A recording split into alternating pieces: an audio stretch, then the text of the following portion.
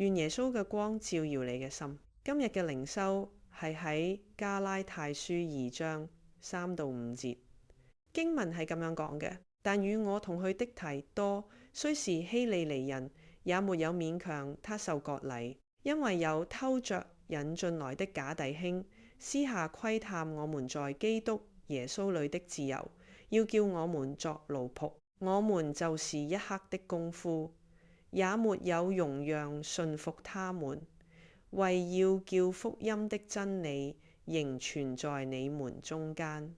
願神祝福聽佢話語嘅人。喺神嘅話語裏面，我哋見到保羅呢係一個謙卑喺主面前嘅僕人，佢冇攞佢過去所學嘅，佢原有嘅價值觀。身為一個羅馬籍嘅猶太人，佢有好高嘅教育，佢有好完善、好先進國家嘅公民身份，但係佢都冇攞住呢啲標準嚟去睇佢身邊嘅人。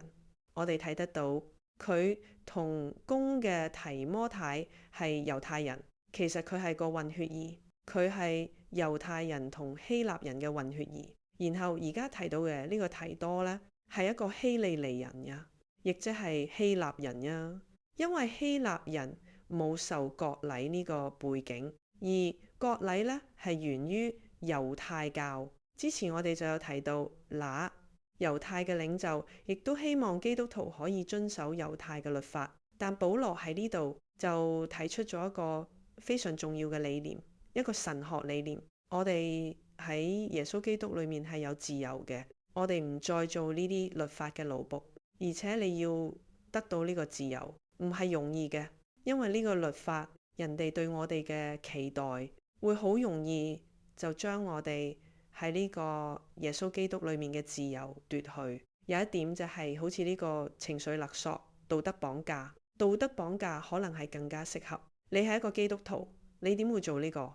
你係一個基督徒，你應該就要做啲乜嘢乜嘢。所以當時猶太背景嘅基督徒就會話：你係基督徒，一定要受割禮。所以保羅佢哋就係一刻嘅功夫都冇閒落嚟。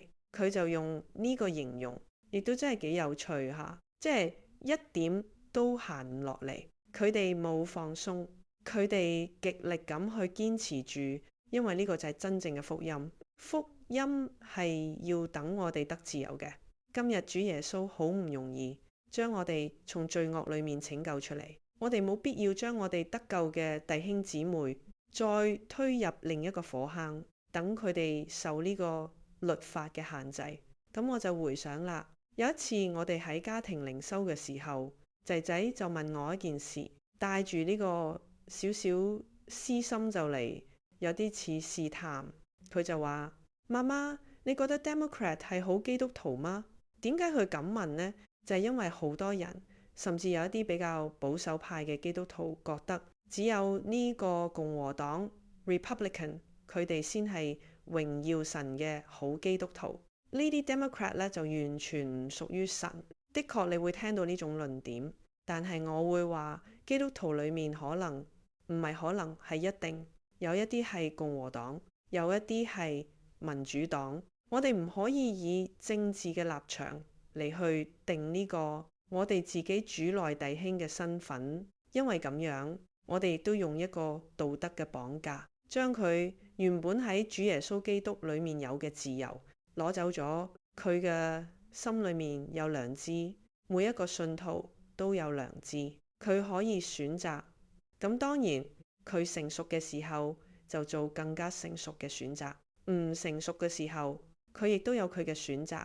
但係呢個喺主耶穌基督裏面係有自由嘅，因為基督嘅愛係有恩典嘅。佢等我哋可以喺呢個自由當中，或者會犯錯，或者我哋會後悔我哋做嘅決定，但係最後我哋會奔向同一個目標，就係走向呢個真理，有愛有自由嘅呢條道路。等我哋一齊低頭禱告。親愛天父，我哋感謝讚美你，多謝主節喺你裏面，我哋得到真正嘅自由。我哋喺我哋嘅心靈，喺我哋嘅價值觀上，我哋係與耶穌嘅教導一致，亦都遵守住聖經嘅教導。所以主你俾我哋有自由，嗰個自由就係我哋能夠有所選擇，按住我哋心裏面聖靈俾我哋嘅良知，我哋去做選擇。所以求主你等我哋繼續享有呢個自由，然後亦都幫助我哋唔好奪走我哋弟兄姊妹佢哋自己做選擇嘅自由。聽我哋咁樣同心合一嘅禱告，係奉耶穌嘅名，阿們。